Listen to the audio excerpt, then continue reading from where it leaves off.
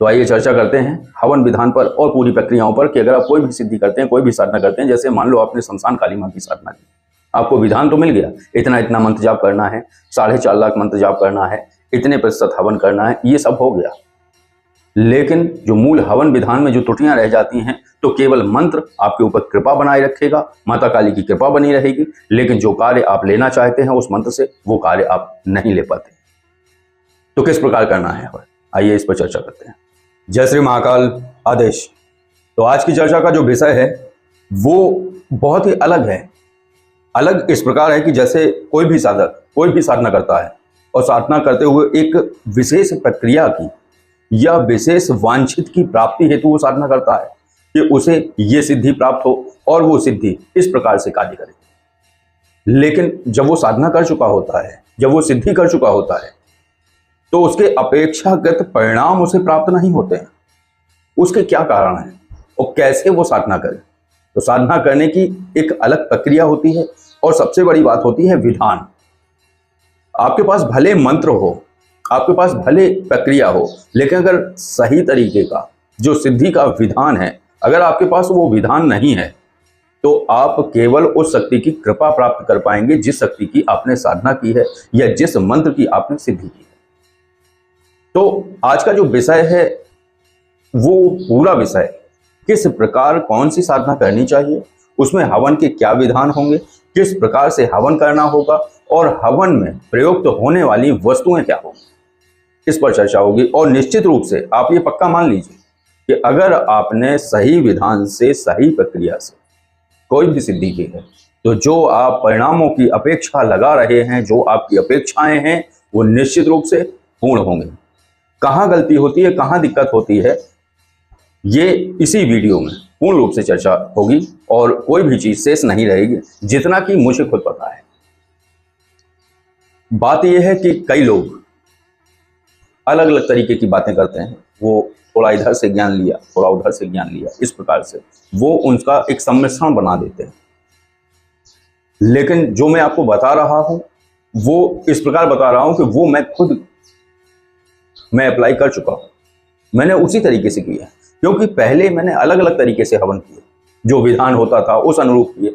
लेकिन जब हम देखते हैं और समझते हैं और जब हम साधना करते हैं, तो हमें प्रकृति की समस्त शक्तियों की अनुमति लेनी बहुत आवश्यक है। अगर हम अनुमति नहीं लेंगे, अगर हम समस्त शक्तियों को दंडवत नहीं होंगे, तो वो जो शक्ति इस आयाम में आपने मंत्र जप करके बुलाई है, वो पूर्ण रूपेण कार्य नहीं करेगी जो आपकी अपेक्षाएं होंगी। तो हवन किस प्रकार करना है? कोई भी आप सिद्धि करो, अगर आप दैवीय ऊर्जाओं की सिद्धि करते हैं तो आपको हवन में विशेष रूप से कुछ चीजों का ध्यान रखना होगा, क्योंकि केवल दशांश हवन पर्याप्त नहीं है। आपको लगता है, आपने जितना सुना है कि 10% हवन बहुत आवश्यक है, लेकिन केवल 10% हवन आवश्यक नहीं है, उसमें कई और शक्तियों का आवाहन होता है। और उनका आवाहन करने के बाद और उनका हवन करने के बाद आप उस शक्ति को और ऊर्जा प्रदान कर देते हैं, और जितने तत्व और जितनी ऊर्जा उस शक्ति में आती है, उतने ही तरीके से वो बलवान हो जाती है और प्रत्यक्षीकरण के लिए पूर्ण रूप से सक्षम हो जाती है। क्योंकि प्रत्यक्षीकरण इसी कारण से नहीं होता है कि शक्ति स्वयं में कुछ तत्वहीन है। तो आइए चर्चा करते हैं हवन विधान पर और पूरी प्रक्रियाओं पर कि अगर आप कोई भी सिद्धि करते हैं, कोई भी साधना करते हैं, जैसे मान लो आपने शमशान काली मां की साधना की, आपको विधान तो मिल गया, इतना इतना मंत्र जाप करना है, 4.5 लाख मंत्र जाप करना है, इतने प्रतिशत हवन करना है, ये सब हो गया। लेकिन जो मूल हवन विधान में जो त्रुटियां रह जाती हैं, तो केवल मंत्र आपके ऊपर कृपा बनाए रखेगा, माता काली की कृपा बनी रहेगी, लेकिन जो कार्य आप लेना चाहते हैं उस मंत्र से, वो कार्य आप नहीं ले पाते। तो किस प्रकार करना है, आइए इस पर चर्चा करते हैं। तो सर्वप्रथम साधक अग्नि पूजन करेगा। अग्नि पूजन करने के बाद अग्नि मंत्र आहुति, फिर तांत्रोक्त भिन्न पाद गायत्री मंत्र का भी उसे हवन करना पड़ेगा। कोई ज्यादा आहुतियां नहीं करनी है, 3-3 आहुतियां ही पर्याप्त होती है। अग्नि गर्भाधान संपादन, मूल शक्ति नमासि स्वाहा, नामकरण संपादन स्वाहा, आवरण देवता आहुति, इसके बाद सरंगा आहुति, अग्निमूर्ति आहुति, दिक्पाल आहुति, दिक्पाल अस्त्र आहुति, फिर इसके बाद होती है गणपति आहुति। जितनी भी आप एक माला करें या 11 आहुति करें, जितनी भी आप करना चाहें उतनी कर सकते हैं। दिक्पाल अस्त्रों की आहुति हो जाने के बाद गणपति आहुति, और गणपति आहुति हो जाने के बाद फिर आप जिस शक्ति की आप साधना कर रहे हैं उस शक्ति के मंत्र को ताकत देने के लिए, पावर देने के लिए, शक्ति देने के लिए फिर आप कुछ और आहुति करेंगे। तो इसमें आते हैं दिव्य गुरु। गणपति जी की आहुति होने के बाद आप दिव्य गुरु की मंत्रों की आहुति करेंगे, और वो हैं चार दिव्य गुरु हैं। इसके बाद आते हैं सिद्ध गुरु। तो सिद्ध गुरु की भी आप आहुति करेंगे। उनके लिए सिद्ध गुरु को प्रणाम करते हुए उनकी भी अनुमति लेने के लिए आप उनका भी हवन करेंगे, जो कि 9 हैं। दिव्य गुरु 4, सिद्ध गुरु 9, और इसके बाद आते हैं मानवौघ गुरु, जो मानव रूप में जन्मे हैं या जिनका प्रकटीकरण हुआ है और जो एक दिव्य आत्मा है, जैसे कि बाबा मछेंद्रनाथ और बाबा गोरखनाथ। इस प्रकार से ये गुरु हैं, इनके नाम की भी आहुतियाँ होंगी। और वो कितनी होंगी? वो है 19। तो 19 गुरुओं के नाम की भी आहुति होगी। इसके बाद आते हैं रश्मि देवता आहुति, फिर इसके बाद आते हैं अष्ट शक्ति आहुति, फिर इसके बाद आते हैं अष्ट भैरव, फिर आते हैं अष्ट भैरवियाँ, फिर आते हैं 10 दिक्पाल, फिर आते हैं 10 दिक्पाल पत्नियाँ, फिर आते हैं 10 दिक्पाल अस्त्र। इन सब की आहुति होंगी। भले एक एक आहुति क्यों ना करो आप, जो 10 दिक्पाल शस्त्र या आयुध हैं उनकी आहुति करने के बाद फिर आप करेंगे बटुक आहुति, फिर खड्ग आहुति। इसके बाद शुरू होता है मूल मंत्र हवन विधान। जब आप मूल मंत्र हवन विधान करेंगे तो उसके पहले इतनी शक्तियों की अनुमति बहुत आवश्यक है। ये विधान मैं आपको बता रहा हूं, अगर आप तांत्रिक रूप से माता शमशान काली की साधना कर रहे हैं या करना चाहते हैं तो इस प्रकार से अगर आप हवन करेंगे तो निश्चित रूप से आप उस प्रक्रिया में सफल हो सकते हैं। उनके भी विशेष मंत्र होते हैं, सभी शक्तियों के विशेष मंत्र होते हैं। उन मंत्रों की 3-3, 1-1, 5-5, 7-7, 11-11 आहुतियां आप कर सकते हैं। लगभग 400 के आसपास आहुतियां होती हैं, मतलब 4 माला के आसपास आहुतियां होती हैं। ये पहले, फिर गणपति जी के बाद जो आहुतियां बताएंगे वो करनी है। उसके बाद ये सभी हो जाने के बाद, सबकी अनुमति लेने के बाद, सबकी कृपा के पात्र हो जाने के बाद आप मूल मंत्र का फिर आप हवन करेंगे। और मूल मंत्र का कम से कम दशांश हवन बहुत आवश्यक है। और अगर आप ये पूरी प्रक्रिया कर लेते हैं तो निश्चित रूप से आपको सफल होने से कोई नहीं रोक सकता है। माता भगवती, माता काली की कृपा आपके ऊपर पूर्ण रूप से रहेगी और वो मंत्र उसी प्रकार कार्य करेगा। आपने देखा होगा कि जब भी कोई ऋषि मुनि श्राप देते थे तो वो अपने कमंडल में से जल लिया, कुछ मंत्र बोलते थे। आपके पास एक ही मंत्र हो, देखिए पूर्ण विधान से वो चमत्कारिक रूप से तीक्ष्ण और प्रचंड कार्य करने वाला हो, बस बहुत है। फिर आपको दुनिया की और चीजें करने की आवश्यकता नहीं है।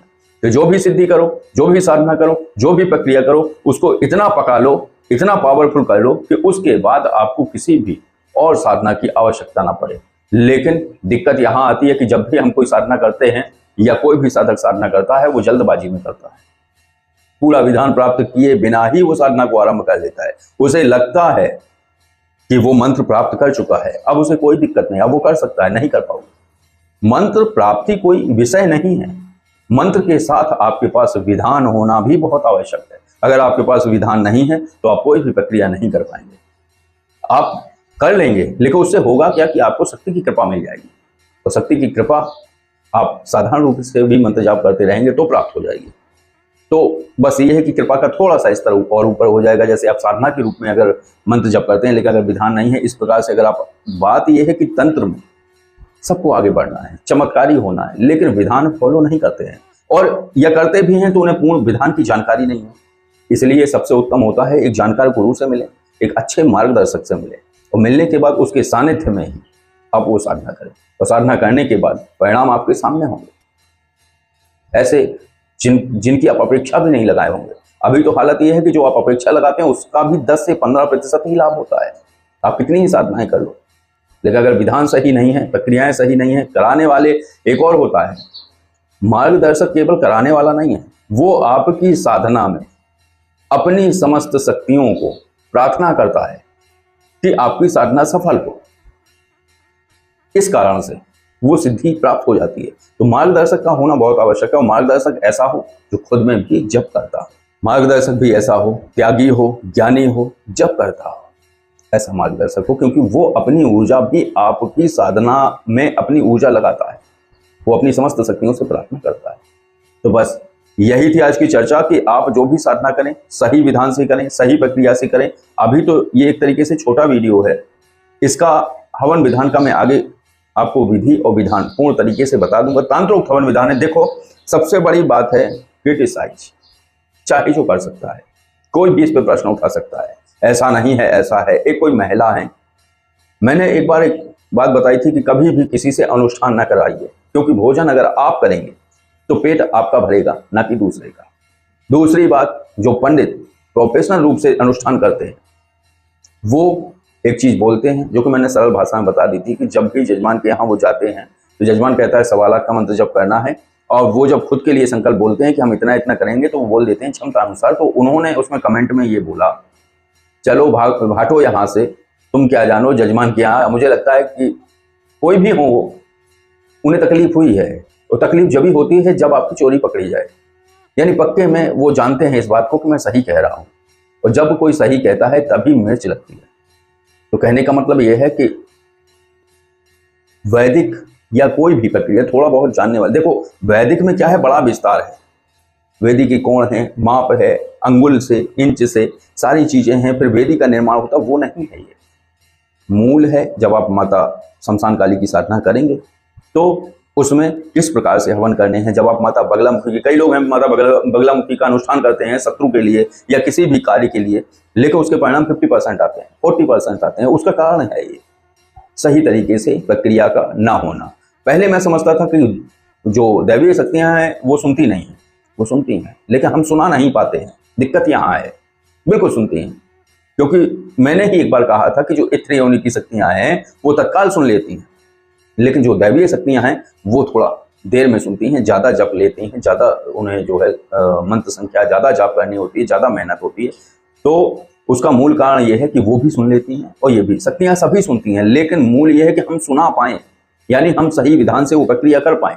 अगर हम सही विधान और सही तरीके से वो प्रक्रिया करते हैं तो चमत्कारिक परिणाम आते हैं तत्काल में। इधर आपने आज से ही अनुष्ठान लिया और मंत्र जब शुरू किया शत्रु के लिए, आपने माता बगलामुखी को, और सही विधान से आप कर रहे हैं, इधर उसकी हालत बिगड़ना शुरू हो जाएगी। यहाँ आपने जाप किया, ये पहले दिन का ही, मान लो 21 दिन का अनुष्ठान लिया है, पहले दिन से ही उसकी हालत बिगड़ना शुरू हो जाएगी।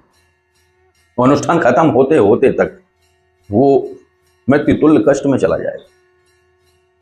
तो मैंने जितना समझा है, क्योंकि व्यक्ति को पूरे जीवन सीखना होता है, ऐसा नहीं है कि कोई व्यक्ति कहीं बैठ गया तो वो पूर्ण हो गया, नहीं, उसके आगे भी बहुत बड़ा समुद्र है ज्ञान का। वो क्षण प्रति क्षण सीखता है, और जो सीखता है वही अनुभव की बात करता है, बाकी तो ढोल की पोले हैं, आप सारी चीजें जानते हैं। तो बस आज के वीडियो को विराम देते हैं। आदेश, जय श्री महाकाल।